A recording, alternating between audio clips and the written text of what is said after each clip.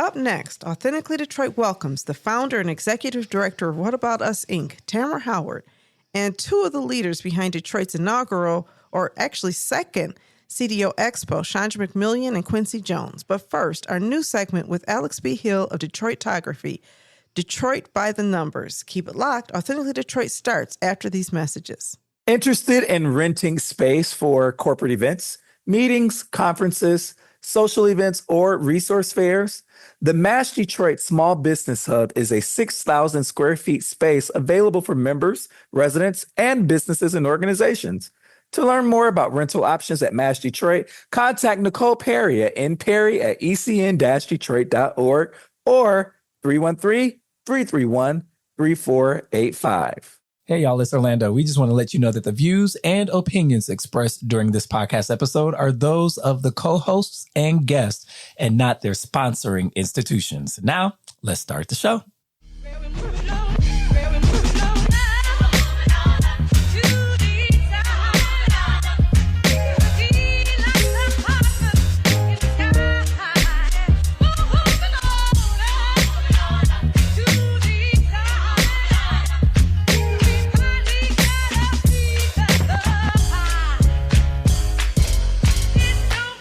Hello, Detroit and the world. Welcome to another episode of Authentically Detroit, broadcasting live from Detroit's East Side at the Stoudemire Wellness Hub, inside of the East Side Community Network headquarters. I'm Donna Gibbons-Davidson. Thank you for listening in and supporting our efforts to build a platform of authentic voices for real people in the city of Detroit. We want you to like, rate, and subscribe to our podcast on all platforms.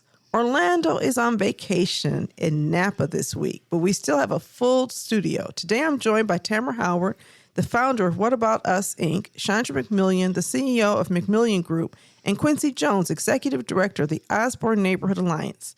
We also have Alex B. Hill of Detroitography on the line for our new monthly segment, Detroit by the Numbers. Welcome to Authentically Detroit. Thank you. Glad to be here. Thank you. Glad to be here. All right. Thanks. How is this blessed day finding everyone? This is Excellent. wonderful. Very, Yes. very nice.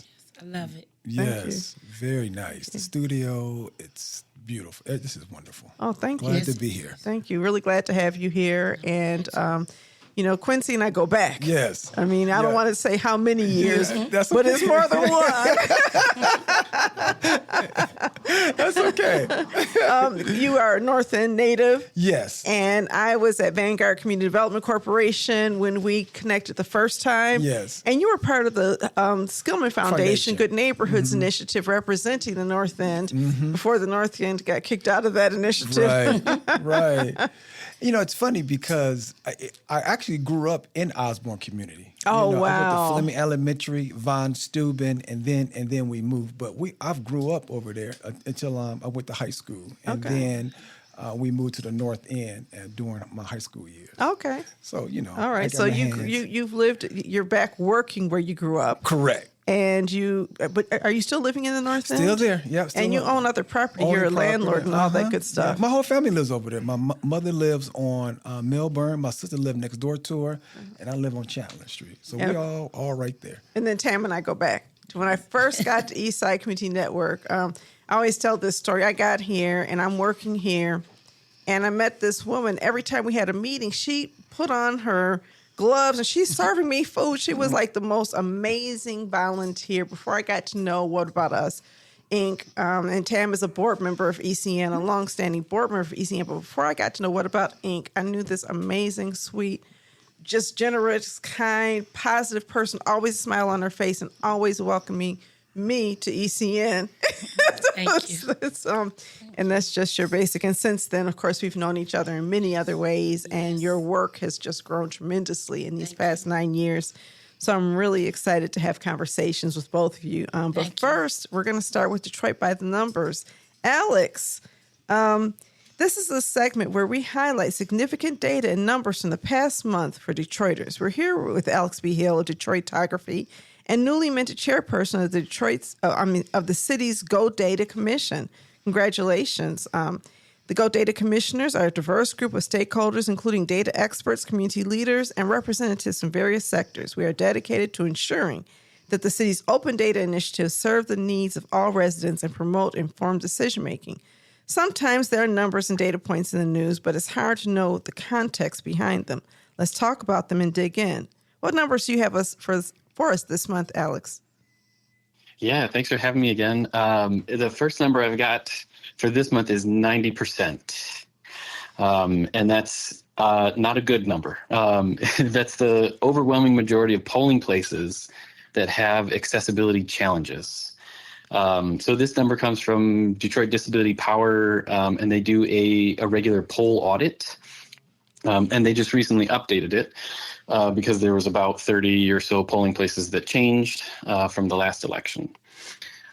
So we're actually really excited because we just built in the accessibility data set to our votedetroit.org tool. So you can check your polling place and check your polling place's accessibility at the same time. All right, thank you. And then the next number. The next one is 144 million.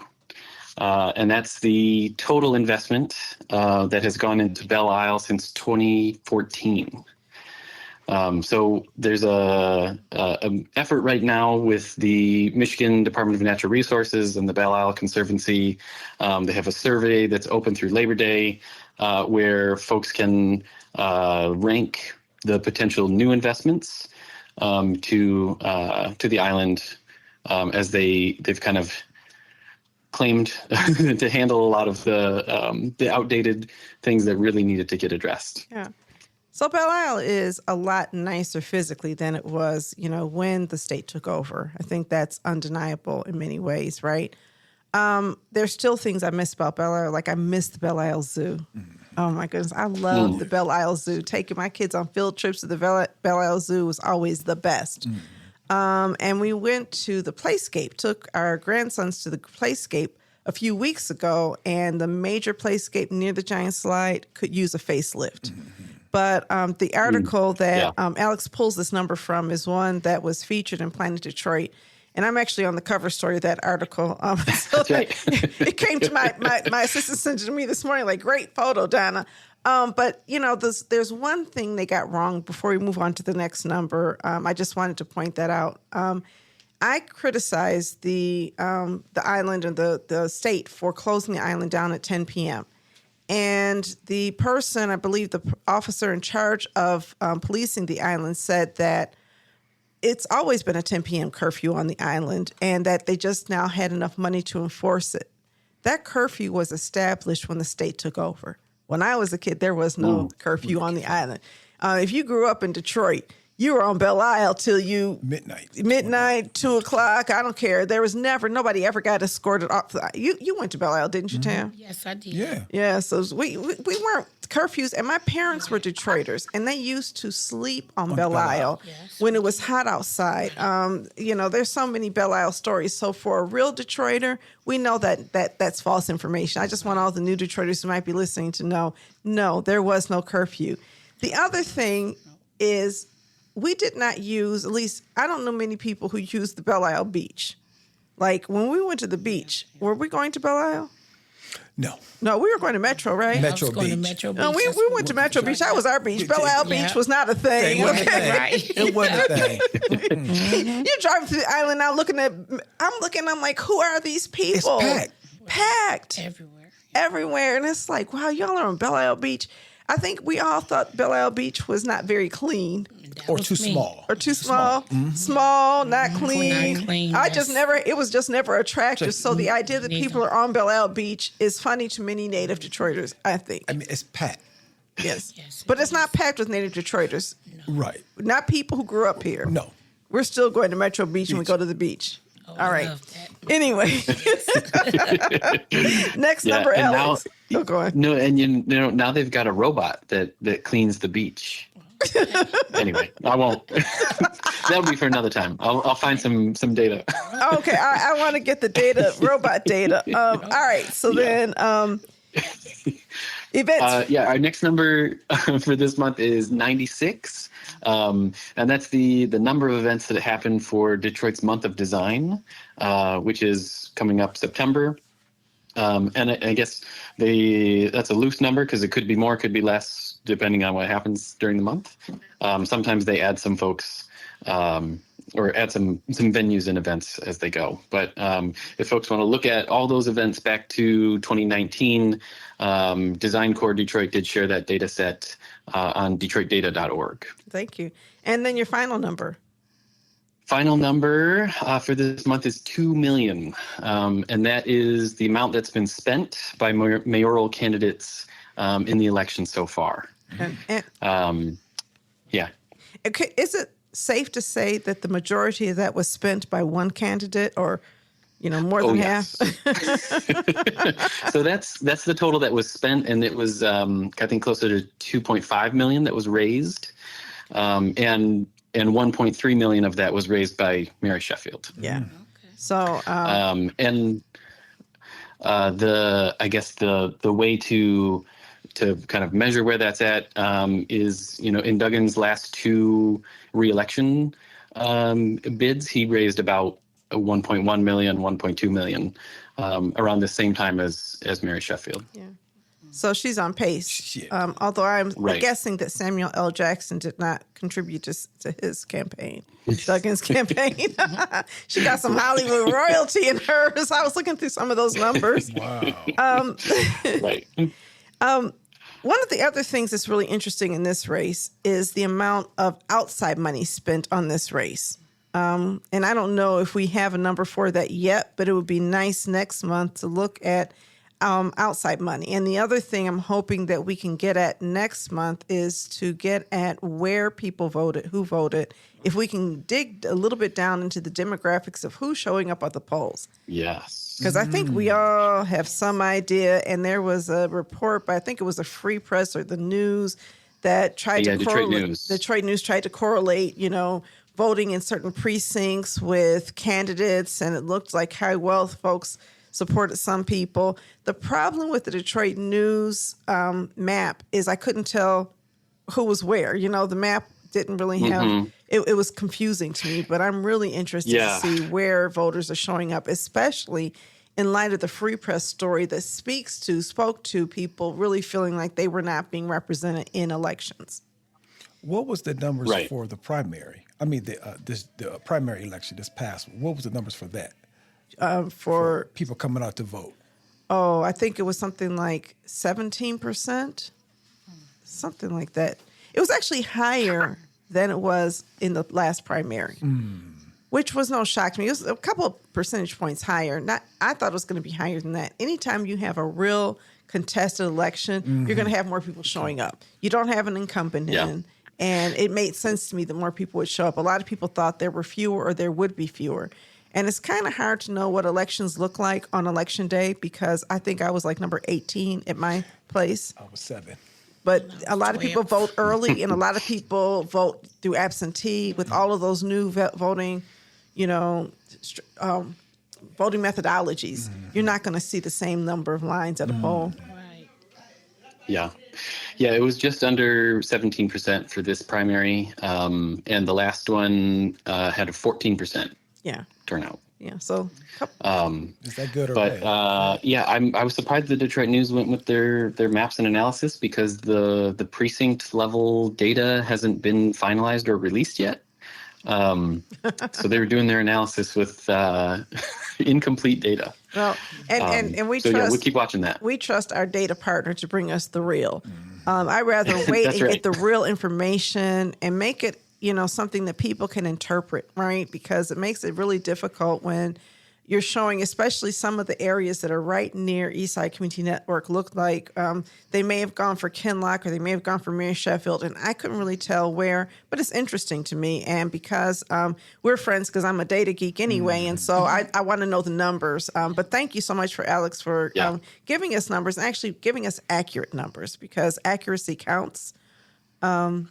And the only final thing I'm going to say about the turnout before we let you go, just, before we close out this segment, is that I do want to point out that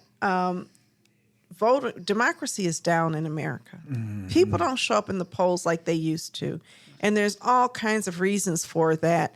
And so I think that the city of Detroit took offense to a story by the Detroit Free Press that said that turnout has gone down and whatever. And they said, well, it's down in the suburbs too. I think the other important thing, though, is to say that if we don't vote, we don't have influence over public policy. Mm-hmm. And so it's not okay just because other people don't vote when we don't vote.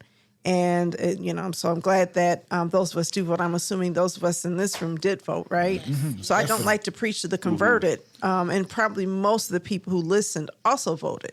But I do think that it's important for us to figure out why people aren't voting and reach out to them and get them more connected to democracy and, the power that represents. Yes. Thanks a lot, Alex. We appreciate you, and we will talk to you next month.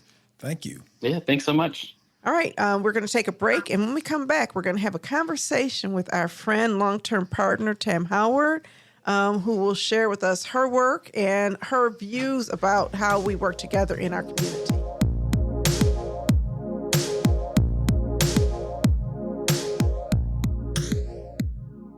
Have you ever dreamed of being on the airwaves? Well, the Authentically Detroit Podcast Network is here to make those dreams come true. Formerly known as the Deep Network and located inside the Stoudemire, the Authentically Detroit Podcast Network offers studio space and production staff to help get your idea off of the ground. Just visit authenticallydet.com and send a request through the contact page.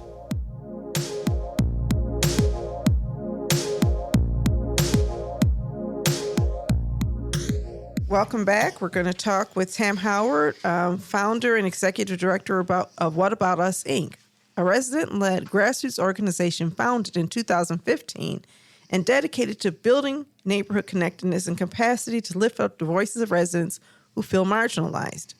Founder and executive director Tammara Howard is committed to strengthening the physical, mental, and emotional health of Detroit youth and their parents through the services of What About Us, Inc. What About Us primarily serves the Gratiot Woods neighborhood, but services are open to all Detroit residents. They have successfully offered a range of programming and workshops to Detroit residents, programming such as GED prep, conflict resolution, LGBTQ, community awareness, family building activities, Freedom of Information Act training classes, parental involvement activities, workshops. I know health fairs, and workshops for twice exceptional children. So, Tam, thank you, first of all, for joining us, but also thank you for all of the work that you do for your community. Oh, thank you so much. Hello, everyone. And Donna already gave me that great introduction, and thank you, Donna. I'm honored to be here today to share the impactful work of What About Us and the Belvedere Community Youth Block Club. I won't leave my community out. Can we stop for a minute? Yes, ma'am. Youth Block Club. Yes, ma'am. How many youth block clubs exist in the city of Detroit? I never even heard that term before you had a youth block club. Yes. And I thought, wow. Can you talk about why a youth block club? Well, I started the Youth Block Club in 1999 because, I'm a mother. I have 3 sons that I love very much. And they had friends. And everybody wanted to be a part. We would sit down and talk and do different things. And I was in the schools as well, working with parents and families. So I said, you know what? We all in the community together, and we need to start coming together to help make some decisions from where we live. And we come together for the good and the bad, but we always planned of the things that we wanted to do in our community, like cleanups, and we had celebrations. We had Health and Safety Fair started back then. Actually, we had our 19th annual last month. All right. So it started back then, and it really helped our community grow so that we can get to know each other. Now, all of those young people are grown, and they're bringing their children. And, I met one of those young people here. You brought her to a community meeting, and she talked about how you had influenced her development, how influential you had been in her life. I think she recently got her degree, and she's a, intelligent, well-spoken, young leader. And you played a significant role in that. That's amazing, the Youth Block Club experience. So I want to commend you for that. Thank you. Before you talk more about your work, I want to know about Tammara Howard. Who are you? Well, I am, like I said again, I'm a mother of 3 sons, and I do have 4 grandchildren, and I've been on Belvedere for 55 years. The house that I raised my children in, my mother was raised in there. She raised me, my sister, and my brother, and I raised my children. So I've really had a great investment in my community. And I do know the goods and the bads and how we've built. I've seen the worst and the better, but now we're doing good, you know. And it's just knowing people, you know, being empowered, showing people that we can be empowered together. That's my main thing, and everybody being happy, and we are working together. So through all of my initiatives of the love that I have for the community, I started What About Us?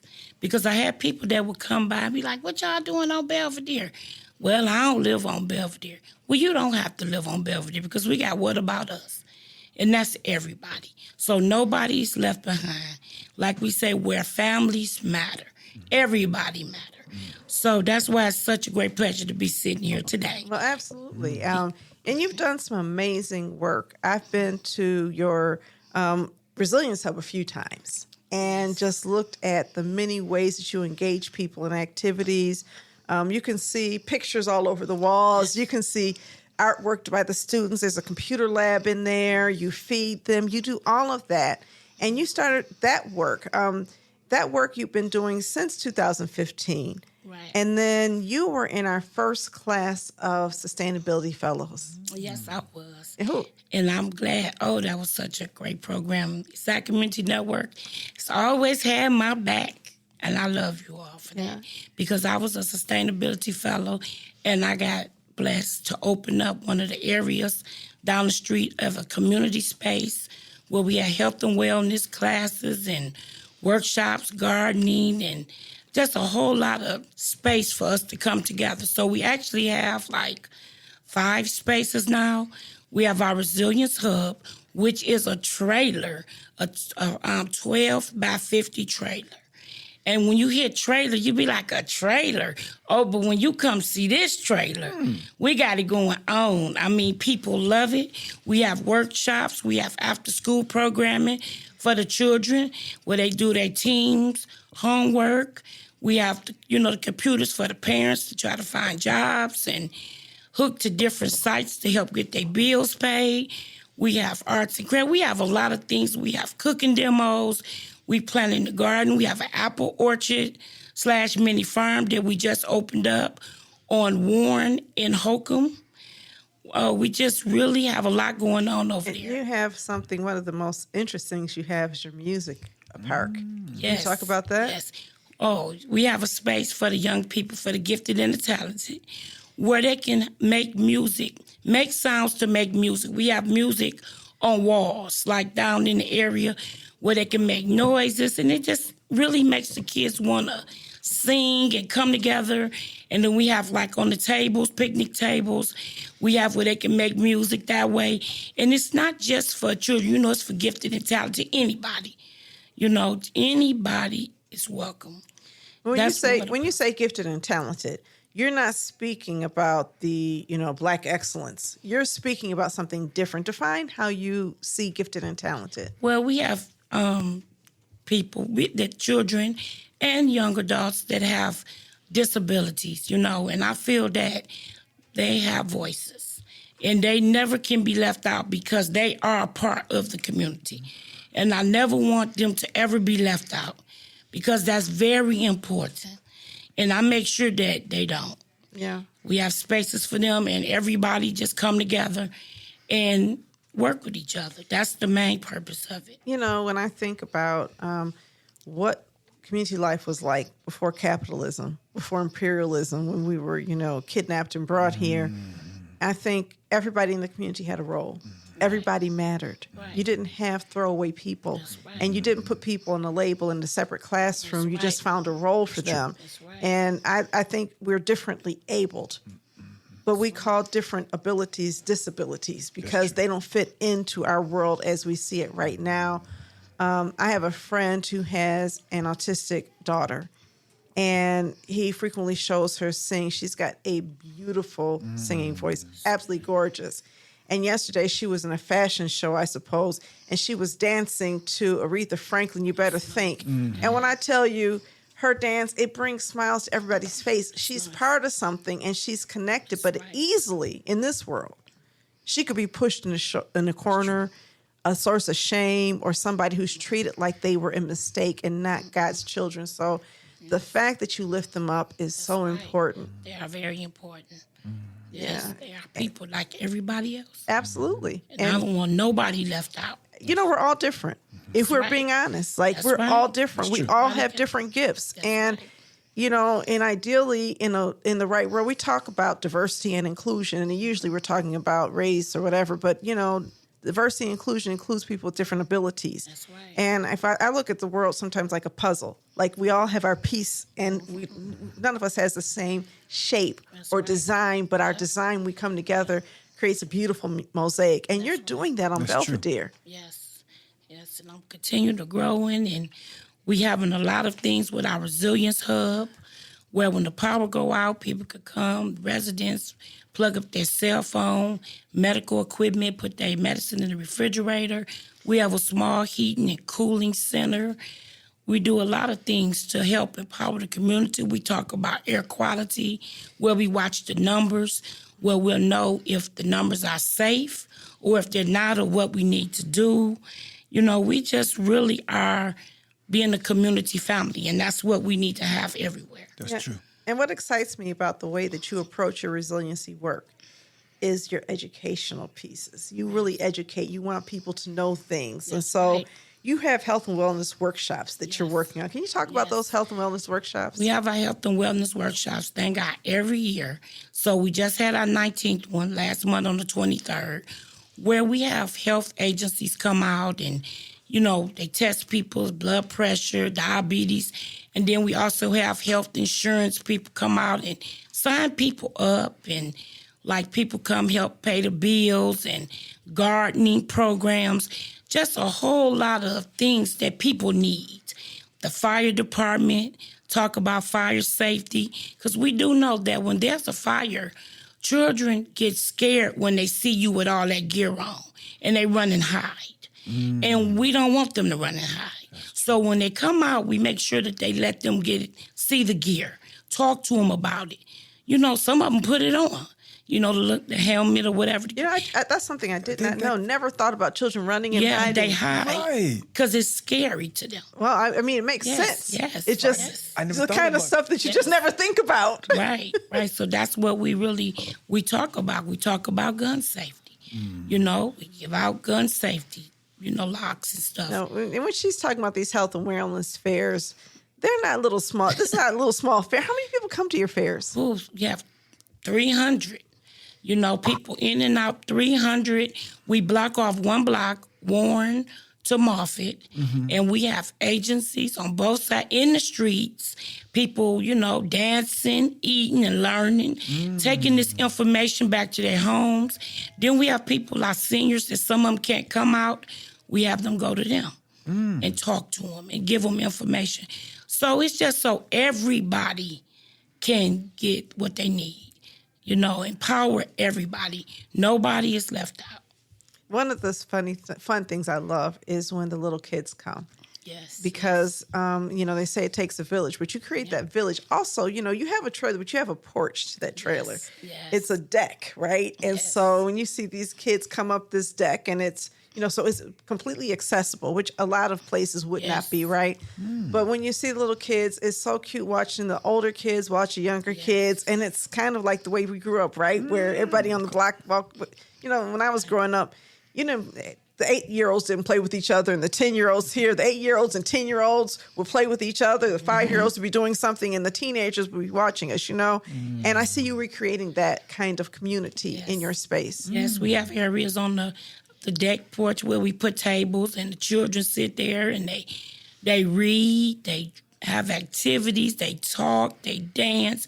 So it's just a lot of engagement. And the older children know to help keep an eye on the little ones. And they do. They come and they just like, we love it here. They be knocking at the door. I've seen it. When they get out of school, before they even go home, they be running, come to the hub and knock at the door. I've seen it with my own 2 eyes. And it's so nice, you know. I just like them to know that this is their space. This is their space, to come to and have a good time, learn. And, socialization is important for young people, and they're getting those skills as well. And for grown people to understand that we're not going to always agree, but we got to learn to agree to get along so we can be together and be safe and learn. And, it's enough for all of us. That's right. true. So, what other projects are you working on right now? Because you are the most ideas. Every time I talk to Tam, she's got a new idea. So, what's the new stuff? Well, I'm working on still trying to, I'm being sustainable with the hub, and we're still having workshops and after school. School just started today, but we was having programs through the summer, and we're working on health and wellness, cooking demos, having them more often because we need to know what we grow in the garden, how to cook it, to make it taste good. It's nothing called nasty. It's just I don't like the taste. And that's what I talk about with the young people and the grown people. We can make a meal together, and we have. We have ate and made meals where kids were like, I don't like tomatoes. Girl, don't you know that tomatoes was just in that spaghetti you ate? And they be like, oh, we really like this. So we're doing health and wellness. We're talking about air quality. That's very important because we live right off Warren where all them trucks and all that stuff come through. So we're watching the numbers for that. We also, like I said, we have our community mini farm / apple orchard where we have apple trees and they're dwarf trees, but they're actually growing apples. So we love that. We have our collard greens. Now, when did you put the apple trees in? We did apple trees back last year in March. Right. So in a couple of years, those trees are going to mature, and it's going to be really amazing. It's really nice. So we're working on a lot of, basically more so the resilience of the hub being accessible for everybody at the time of emergencies because we lose power all the time. Yeah, That's true. I mean, we're in an emergency right now, right? We don't know it yet, but we're in an emergency state. I was just reading that in October, I think, the federal government is going to be directing states to tell people who have Section 8 vouchers that if they've been living in their spaces with Section 8 for more than 2 years, they have to move out. And that's going to be so incredibly disruptive, not just for people who are living there, but for people who rent houses. And the scary thing is there may be people who decide I'm no longer going to be in this real estate business in the same way because I can't collect my rents because what Section 8 has provided is a stable source of funding for landlords as well as a stable source of funding for the tenants who live in those properties. That's scary. And then we know that, SNAP benefits and healthcare benefits are all at risk. And I want to ask you how you, in your leadership role, lean into those crises because, resilience, and I want to talk about food real quickly, right? If you only eat certain types of foods and the certain types of foods are food you can no longer afford, you might go hungry. Right. And so the importance of expanding people's willingness to eat fresh fruits and vegetables and understand the correlation between what you grow and what goes into your body has never been more important. But how are you leaning into the moment right now where people are really scared about what's happening and they might even be feeling some effects? Well, what we're doing now is we've been blessed to partner with Bailey Park, who brings us the Easter Market food boxes twice a month, and we're doing the Focus Hope boxes where we're passing out food and stuff so people won't never feel like they won't have nothing to eat because they will. We're going to work together. In the garden, they're coming to the garden and they're getting more vegetables and like collard greens and peppers. Oh my goodness. What kind of peppers? Hot, the real red hot peppers. Okay. And I have to keep the kids from eating them because I said, now hold it now, baby, you got to put that in some food because they'll just eat them. But I guess it's better than eating hot Cheetos, though, right? Yeah, them Cheetos are hot. So, but I mean, listen, it's amazing that children have an appetite for hot stuff, right? Yes, but we having our families come and they're getting their bags and they're filling them up with vegetables and taking them home, cooking, be like, oh, this is just so good to know that we have fresh vegetables and we know where these vegetables came from. And because they help plant them. Yeah. That's what they really enjoy. You know what? I took ownership. I helped with this. You know, my understanding is that when young people grow things, it's not just good for physical health. It's good for mental health. Yes, it is. And so you are contributing to the all-around health and wellness in your community. Are there other things before we transition to our next segment? Yes, first I would like to thank you all, Eastside Community Network, for all your support. You all have really helped me a lot to be able to provide more for my community and to show me other ways that I can be able to help them, because I don't have no funding or nothing, but you all have supported us and helped us, and we really appreciate you all. The young people here are great. Everybody who works here is great. And I really appreciate that, because we are a community family. This is my second home. Yeah. And I love being here. It's welcoming, and I really love the things that you all are doing to help everybody. Nobody's left out, and that's what's great about it. Nobody. It don't matter what happened to you in your life or whatever. You're still human. And I'm glad that you all treat people like that. So I just wanted to tell you thank you. Oh, thank you. And I love you all. Oh, we love you too, Tam. Yes, and I really appreciate you all. Now, what about us? We are ran on like donations and grants, and we really need some support. Yeah. Because we want to keep our programs running and be able to give more, keep giving to the community and be able to give more. So I'm asking if anybody would like to donate, whether it's money or time or supplies. We really would appreciate that. And I will give you my phone number and our Cash App and our address. Our phone number is 313-918-9604. And our address is 5013 Belvedere. And that's Detroit, Michigan, 48213. You're always welcome to come by, check us out, come by, join us, bring some ideas, or just come and have a good time. And our Cash App is $1234. What About Us, Inc. Yeah. So if you would like to donate or just come by, we really would appreciate it. And, I sent you a link to a grant application the other day and told you I'm going to be supporting you and helping with fundraising because it's just too important. Before we, segue, Quincy and I both sit on the Detroit Residents First Fund. Yes. And so, and you were one of our partner organizations. Yes, and I thank you all so much. Yeah. So good. Congratulations on all your good work. Wow. So we need to support you, connect you, and make sure people know all the good work. I mean, I love that, the Resilient Hub and the eating healthy. To me, that's so important. Yes. And all of the kids coming and feeling safe. Yes. That's a big thing too. Kids grown folks don't feel safe. So making sure that families feel safe and come in there, I think it's huge. Yes. So congratulations. It's absolutely huge. Really proud of you for what you do. And you are needed in this moment. I'm working with some other people to try to figure out what does that look like, because if we're going to protect our city, we're going to need organizations like yours. You are part of what Eastside Community Network has always been, an organization that believes strong communities have strong leaders. Yes. Not just the people who work for the organization, but the people who support the organization and the community.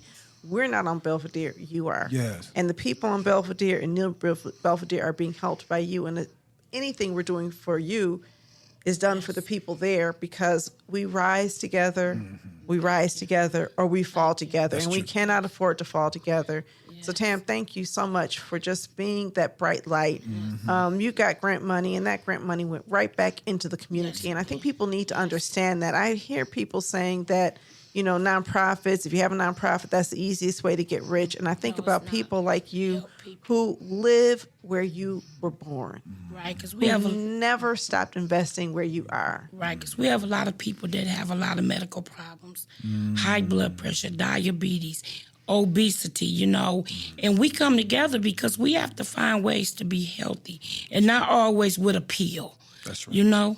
Try to work together. So I thank you so much for letting me come on here and talk about the great things that we're doing, and I thank you all for all your support. All right. Well, we're going to take a break, and when we come back, we're going to bring on Quincy and Chandra. And Tam, you are welcome to stay and join in this conversation too. Okay.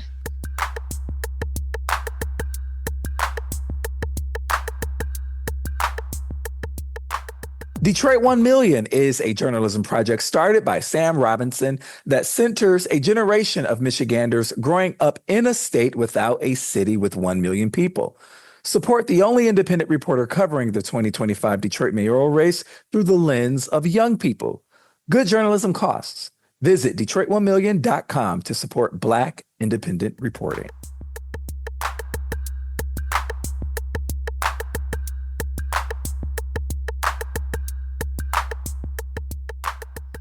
Welcome back, everyone. Earlier this summer, on July 29th, Chandra McMillion and Quincy Jones hosted Detroit's second CDO Expo at New Lab at Michigan Central. And I'm part of that CDO group, but I don't do all the work that you all do. I just show up the day of. This is kind of the first of its kind event, an exhibit premiered to promote greater understanding of community development and showcase the collective impact of the Detroit CDO Fund, organizational partners, and leaders. There were, when we started, Detroit 21, and now Detroit 26. We haven't changed our name. The event offered a unique opportunity to connect, collaborate, and celebrate the impactful work of community development organizations across Detroit. Together, they highlighted our shared successes, explored opportunities for new partnership, and charted a collective path forward for stronger, more resilient communities. Chandra, welcome to Authentically Detroit. All right. Looks like we have a little bit of a glitch here, so I'm going to say, Quincy, welcome to the segment. Thank you. I'm glad to be here on the show. Oh, there you go. Okay. Yeah. Were we muted?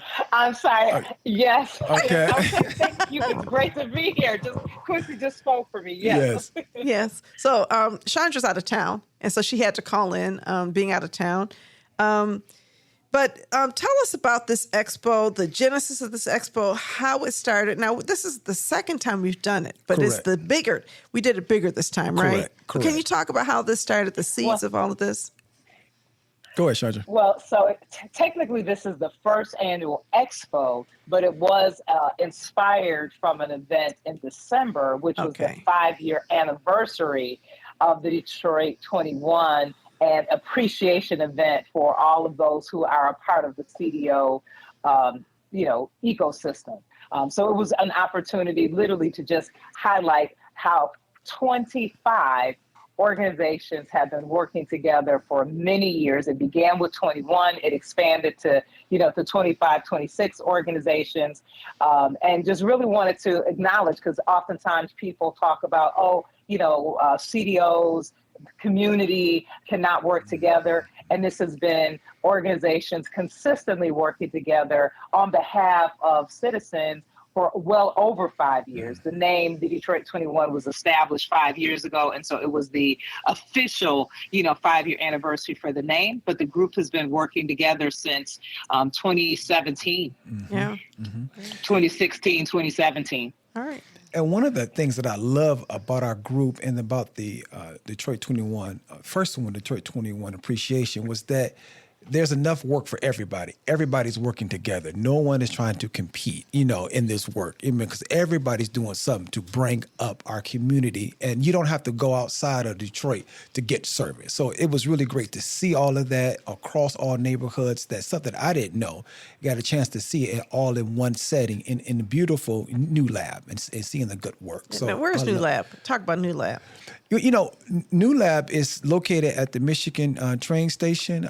So it's the newly renovated location where individuals from around the city, around the state come up with new ideas, technical ideas about technology, but really just bringing innovative ideas to the city of Detroit or to Michigan. And so we were able to rent the whole space and really just showcase our work as community-based organization. Very professional. I think a lot of times, Donna, you mentioned it, people tend to say, nonprofit work is easy, is this, but it really showcased how professional we are and really passionate about the work using data. I think you are like our data queen when it comes to data and really looking at data. So, people know that nonprofits are just not some soft work. This is hard work, quantitative work that we're doing to transform our community. Right. And, the right wing has started these mindsets. And I can't remember this guy's name, but there are these mindsets people have that the nonprofit industrial complex, nonprofits have more money than for-profits, and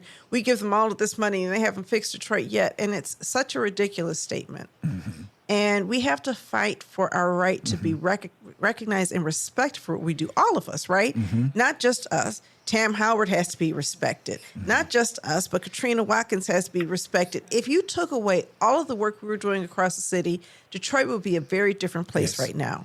Mm-hmm. And I don't care who is mayor, who's running for mayor, you better recognize that we are making this community livable and better for everybody.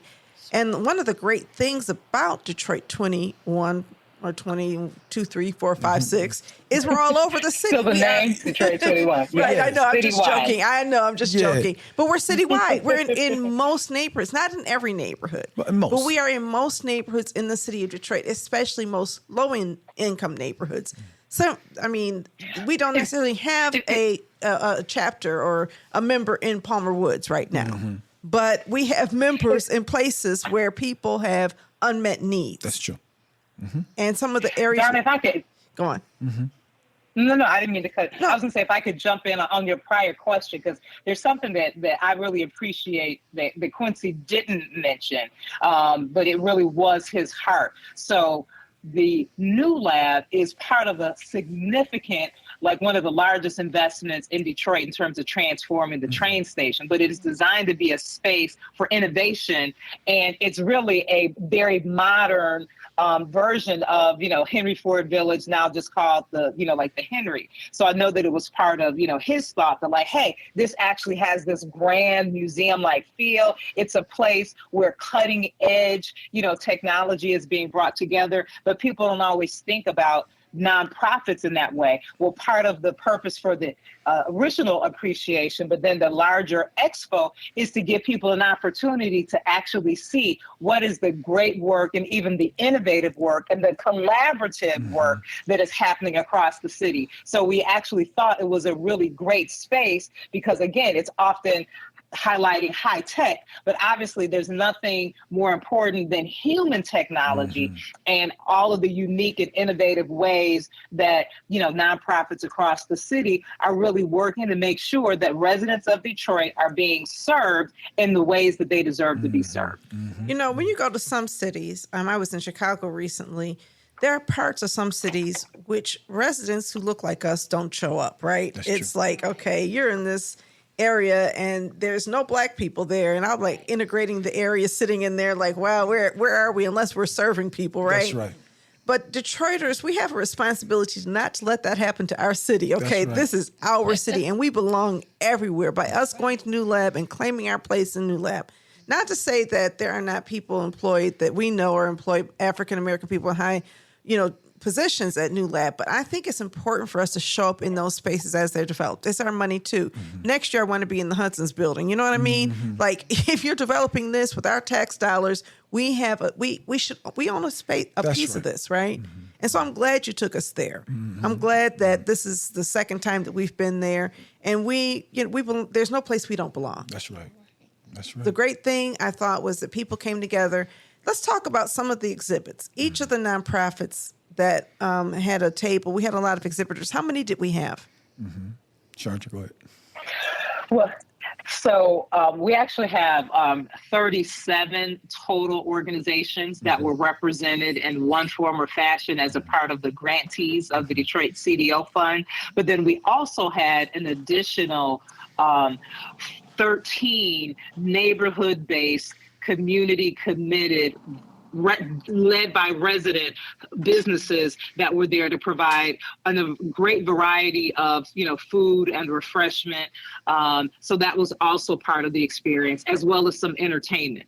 So there were several components, to the day, but there were just some amazing exhibits for people, again, to be able to learn about each other. And then it was open, we ended up having almost 400 RSVPs, and we definitely had over 300 people attend attending to come and just check out what is happening across Detroit with both the nonprofits and with the neighborhood-based businesses. Yeah, I love the neighborhood-based business part, and this is the second time we've done that. And I think you organized this again because how did we get the businesses connected to this work? What was the process for getting the businesses connected? The vision was. Go ahead. No, go ahead, Chandra. Go ahead, Quincy. No, go ahead. I like your voice over the phone. The vision and intention was to really highlight businesses first and foremost who were based in the neighborhood, who were committed to the neighborhood, who were residents of Detroit neighborhoods, and also who were part of the same mission and the same heart. So most of them were businesses that either may have gotten started because of one of the nonprofits, or they were a key partner in, the nonprofit, like work. So there were many that potentially could have been chosen, but those who were identified were literally recommended by the CDOs that were involved, because they're like, hey, we know that this leader, that this organization is really making a difference in community. And so let's showcase, this business, and ideally have people taste what's great, and then also so that they can continue to support their business on an ongoing basis. Yes. And so we had food. We had some bartenders, Black women bartenders. They are one of whom I know, Teresa Mitchell from Detroit Parent Network. Wow, that was really great. We had entertainment. There was a segment where we went into the broader area, and New Detroit came in. Can you talk about the roles, what was happening in the presentation space in the auditorium room?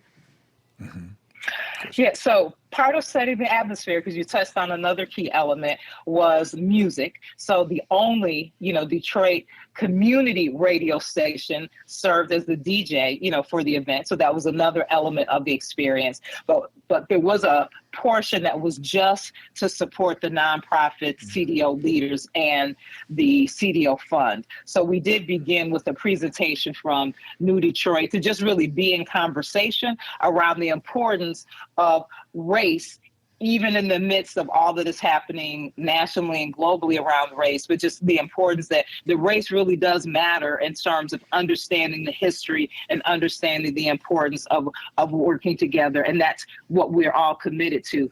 And then we had a policy conversation that was led by Enterprise, and it was facilitated by CDAD, where places that we have visited before in terms of New Orleans and also the Baltimore, D.C. area, leaders were participating virtually and really hearing about what is the latest that's going on in the political landscape and being in conversation around some policy matters. One of the things, too, that I thought about the last Expo was bringing everybody to the table. It's not the whole CDO fund, the whole 38 organizations, and then also collaborating and sponsoring it. So every organization contribute towards the event, which is great because that's showing financially we can collaborate as well too to put on an event. And then also I think we give everybody a chance to speak, directly to the audience about exactly what are you doing and talking about your work in more detail. So people can get a chance to look at your displays, but also you can talk about your work as well too. So I love that everybody had the opportunity to say, hey, this is what I'm doing in my neighborhood. Here's how you can get involved. So it was really a place where people can really just see across the board of what's happening. Yeah, I don't know about other people, but we actually had to upgrade our look, because we're going here and we're going to be in this exhibit hall. Right. So we better order some stuff. Y'all really encouraged us to think through how we want to present who we are, to update it, right? Right. It becomes stale. And now, and I thought it was just a beautiful setting. You saw so many beautiful exhibits where people were, showing their work.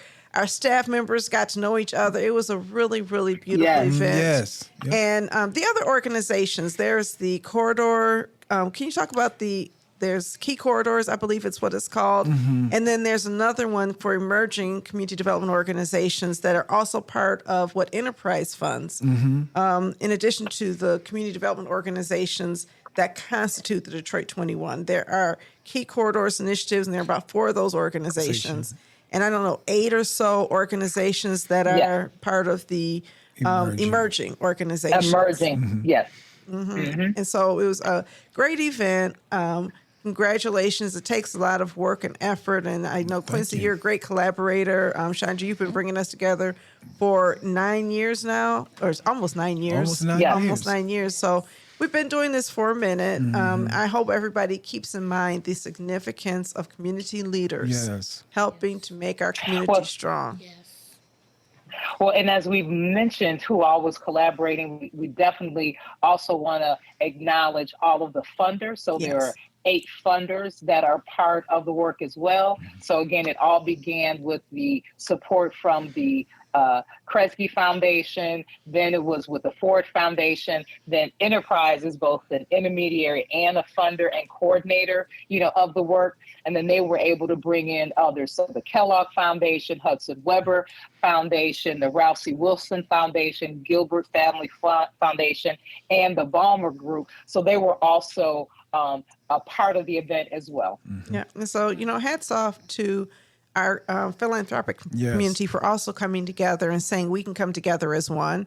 When they support this work, the support does not come directly from those organizations, not for the operating support. Now, they support different organizations for different things, but this funding comes collectively, just like the Detroit Residents First Fund came collectively. And it's a reminder that we are stronger together and that, we all want to shine and we all want to show. And earlier in our segment, we talked about different gifts. And we were talking about differently gifted people, but there are differently gifted organizations. And we come together, we do great things. I would be remiss if I did not talk to one of my gifted partners here, Quincy, who's sitting right across from me, about the work you're doing in Maple Ridge. Yes. Okay. Well, thank you. Like I said, Chandra, you got to come to the studio. It is amazing here. Really amazing. I look forward to it. Yes. So the Maple Ridge Project, let me go back. When we first started, Donna, we started with the Skillman Foundation, all youth work. But Osborne, during that time, the mortgage crisis, people were coming up and saying, hey, are you seeing the neighborhood? Are you seeing what's going on with the neighborhood? You come down the block, 1 month is good. 3 months later, it's gone, And, back then people were getting mortgages out of these homes, putting on the roof. And you go down a house, you see a new roof, no windows, no doors. So all of this scheming was going on. And after a while, blocks just got eaten up. I mean, just to the point where 2 residents are on a block. So residents were coming with saying, you're doing good youth work, but what you going to do about the neighborhood? What's going on with that? And so we just done a lot of, over the years, cleanups, board ups.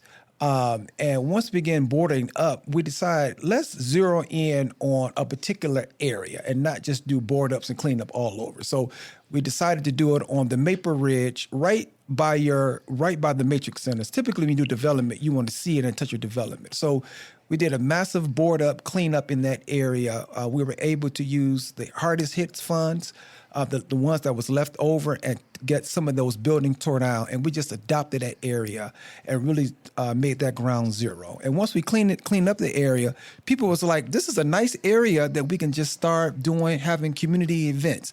And then we eventually moved in doing a rehab house. So our first rehab was at 13700 Maple Ridge. No one believed that someone would move on that block. And Donna, you remember what that block looked like? I think you toured it before it got renovated. And at that time, it's 25 parcels on that block. At that time, when we first made contact, there was only 5 active houses on that block. And now all the homes are renovated. There's just 2 left that 2 other developers are doing. So we took a street that was in a negative and flipped it to a positive. And then just went from doing that 1 home to doing the duplexes. It took a very long time. And, we were part of the Detroit Future City, and that's kind of how rebuilding homes kind of came out of it. But all that time was even before the COVID. We started meeting in 2017, 2018. You remember the conversation we had meeting at the Detroit Future City office? Well, we actually started before that. This was actually part of the building community. Maggie DeSantis. Yes. Building the engine of community development in Detroit. And one of the work groups was around how government could work with community organizations to change neighborhoods. And that morphed into Rebuilding Home Together, which was with the Skillman Foundation before it went to the Detroit housing network. Yes. But yeah, that work goes back to 2016. 2016, right. Yes. So we're talking almost 10 years ago, close to 10 years. So you can see in one way development is happening, but it did take a while for the Maple Ridge project to take off. So took off. The city loved the project where we renovated duplexes, sold it back at families at 60 to 80% AMI, and then these homeowners become landlords, and the landlords will get Section 8 vouchers to rent out in their second unit. So all the homes sold, and all of them have Section 8 tenants except one. So hopefully the individual will be coming real soon. So we got one person that's going to be moving into the last house. Yeah, and so we got to fight for Section 8, right? Because we got to fight for Section 8. If Section 8 somehow gets dismantled or changed, it's going to impact the people who own these homes, who are renting those second homes. It's a fight I think we've got to just have. We can't just let this happen. It's crazy to me. And I know the Detroit Housing Commission is aware of that, and they said that they're trying to... Yeah, but the Detroit Housing Commission is government. Yeah. The community has to show up and fight for the community, yes. Okay? Because city government cannot fight the Correct. federal government. I don't even know if the community can, because they're sending police into the streets, but I do know this. Either we fight back or we get taken over. And I'd rather fight than just be a coward and let things happen. That's why I keep on speaking out, even though I know it's politically incorrect. No, you're right. A couple more things, though. Two things. One, we toured your development in January. Every year in January, we do, as part of our annual staff retreat, we tour and look at other organizations. And ideally, we're looking to see what other people are doing so that we can be aware that we're not the only ones doing work in the community. And yours is our first stop. Okay. And so you didn't know that you were our first stop this year. And one of the gentlemen in this room saw the development. Oh, yes. And ended up putting a bid in and purchasing one of your homes. One of our staff members was so moved that he was like, wow, I want to do this. And he's a, West Sider, so he came east for you. Yes. Yes. Come east, Jay. And just so you know, Jay has been part of our production staff for a couple of years now. And so he's, now working at ECN. He was an intern while at business school at Wayne State when we met him. But so that's amazing. The connections, the way that we, connect, and that's not even like collaboration. It is really just we're touching each other.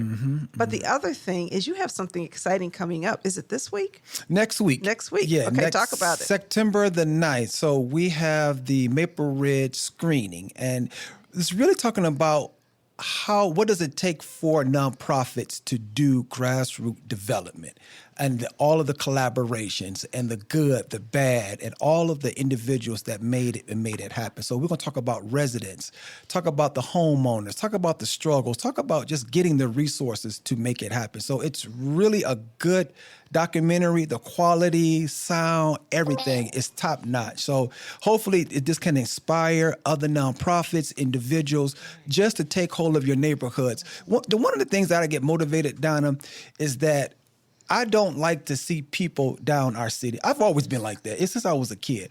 Like, we don't have to leave our city to get a good quality of life. For those that leave, it's no issue. But I don't want people to say I'm leaving because of, I left and I came back and my quality of life improved. Let's talk about it. Right. So, so it's not about leave. I just don't like people down in the city and said I'm leaving because I don't like it here because of quality of life. But people have been sold this American dream that is a lot more of a fantasy than it is a reality. The people in Detroit are like none other. And just the way the people come together. The people here, come on now, you're not going to have Tammara Howard in communities where everybody's behind locked doors, doesn't come outside and connect with anybody. And the people here are the heart. And, I really do. I honestly believe that's how God intended us to be, is connected to each other and supporting each other and loving each other.